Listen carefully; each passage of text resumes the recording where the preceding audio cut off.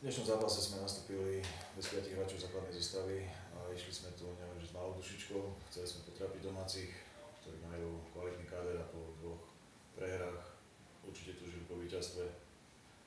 Dostali sme dosť skoro gól, ktorý sme v tých úvodných 15 minútach sme sa hľadali, lebo pri absencii tých niektorých hráčov ja som bol osobne nutený trošku to mužstvo, tie posty preskúpiť a chvíľu nám to trvalo, kým sme sa dostali do nejakej hernej pohody.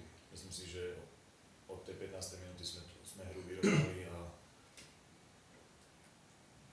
dalo sa pozerať na futbal. To vylúčenie, ktoré došlo v 30. minúte, si myslím, že ide na vrúb hlavného rozhodcu, lebo mal to posúdiť celkom ináč a domáci vôbec nepotrebovali v takom stave, akom sú, aby hrali 60 minút na tom slnku jedného viac. A bola to už len otázka času, kedy ten náskok supera bude vyšší. V druhom polčase sme sa snažili nejakým spôsobom udržať v defenzíve čo najviac kľudu a tie hlavné kolné prihrávky a zachytávať tých superových hráčov, či už Kunca, Božok.